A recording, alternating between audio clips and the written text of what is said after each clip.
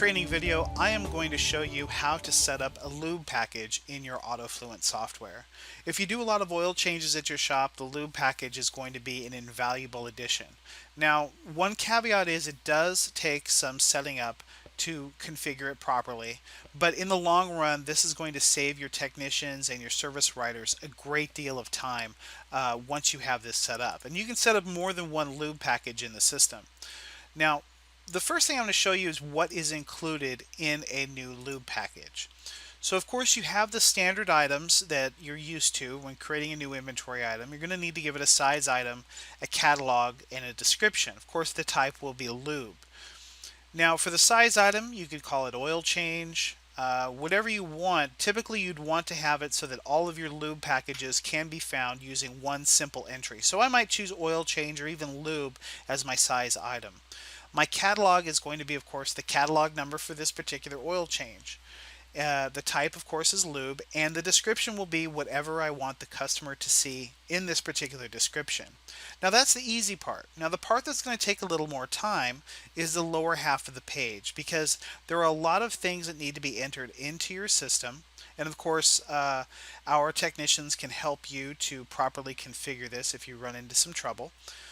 But what needs to happen is the items that are going to appear in each individual lube package need to be set up correctly in your inventory, and I'll be happy to show you how all that comes together. So let's look down here. We have filter size item. So what this means is that every filter that you want to be available to this particular lube package needs to have the same size item. Now typically most of your oil filters will have the same size item. If you have a specialty filter that goes with a specialty lube, then it'll have to have a different size item than the other packages. So for a regular oil change, we can call all of our oil filters simply oil filter in the size item. So that means when you look for an oil change through this lube package, it will allow you to select from all of your oil filters from the drop down. The quality of oil. Now, this refers to the size item of the oil. What I would recommend is if you plan on having more than one lube package, maybe a synthetic package, a high mileage package, a diesel package, whatever they happen to be, you want to make sure that the oil that is displayed that you can select from when selecting for that particular lube package only includes the oil that you want to show up. So for instance, if this was a regular oil change, I might make the size item of my oil oil-R. If it was a synthetic oil change, I might make it oil-S, or a full synthetic oil-FS. You get the picture. The quarts in the package are exactly what it says. How many quarts are included in this particular package?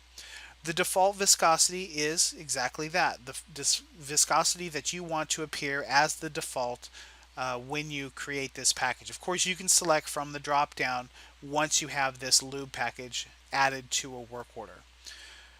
The labor item is exactly that. It's the labor item that's associated with this particular lube package. And the additional item refers to maybe a hazardous waste fee that you want to add, or an email reminder that you want to add to this lube package. You can set recommended miles. You can have it bold or italicized by selecting this drop down, the title, and you can change the formatting of how it prints out on the work order and invoice. You can also put some additional comments down here and even force a price for this particular oil change. Now when you force a price, just so you know, if you have 5 quarts in a package and the vehicle that you're working on it takes 6.5 quarts, it will charge them for that additional quart and a half. So it's not going to make you eat the difference between those two items.